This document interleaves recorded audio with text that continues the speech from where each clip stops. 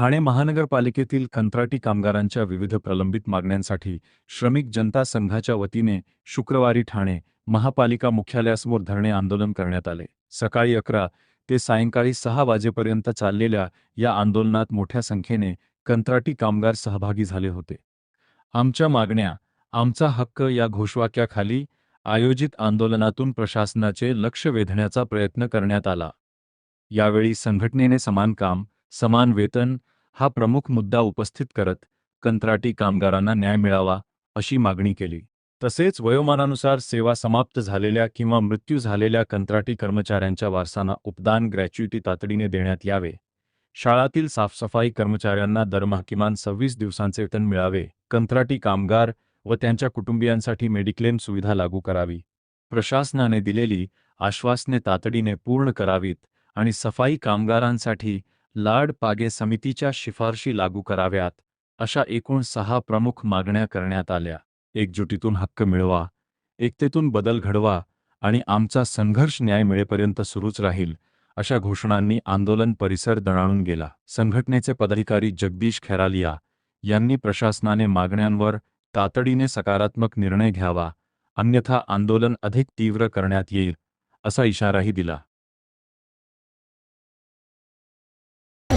ठाणे महानगरपालिकेचे कंत्राटी कामगार वेगवेगळ्या खात्यांचे या ठिकाणी आंदोलन करत आहेत। आम्ही गेल्या अनेक वर्षांपासून महापालिकेकडे पाठपुरावा करतोय कंत्राटी कामगारांच्या प्रश्नांसाठी। त्याच्यामध्ये समान कामाला समान वेतन द्या, ग्रॅच्युटी ज्या कामगारांना वयोमानानुसार कमी केलं जातं किंवा ते मयत झालेत त्यांना ग्रॅच्युटीची रक्कम द्या। 21,000 वेतन झाले म्हणून ESIC बंद केली आहे, तर आमचं म्हणणं आहे पर्यायी वैद्यकीय उपचार सुविधा लागू करा। आणि ज्या कामगारांसाठी सरकारने 1972 साली लाड पागे समिती नेमली होती, त्या समितीच्या शिफारशी कायम कामगारांना तुम्ही लागू करता, पण कंत्राटी कामगार सुद्धा तेच काम करतायत, सफाई कामगार घाणीचे, तर त्यांना सुद्धा लाड पागे समितीची शिफारशी लागू करा। शिक्षण विभागामध्ये जे कामगार काम करतात शाळा साफसफाईच्या, त्या कामगारांना सुट्ट्या पडल्या की त्यांना पगार दिला जात नाही, काम दिलं जात नाही, पण इतर शिक्षकेतर कर्मचाऱ्यांना किंवा शिक्षकांना पूर्ण भरून दिलं जातं। आमची मागणी आम्हाला काम द्या आणि पगार द्या, आम्ही फुकट मागत नाही।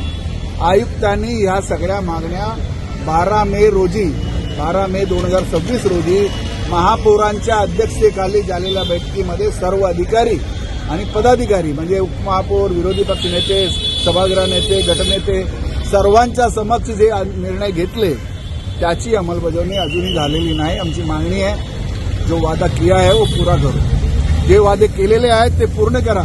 अजूनपर्यंत अधिकारी इतके मगरमच्छ झालेले आहेत की 12 मे 2026 जी मिनिट्स आहेत ते सुद्धा या अधिकाऱ्यांनी तयार केलेले नाही। म्हणजे येरे माझ्या मागल्या आम्ही सारखा मागण्या करतो हे मान्य करतात आणि ते वादे पूर्ण करत नाही, म्हणून या ठिकाणी आम्ही आंदोलनाला जमा झालेले आहोत।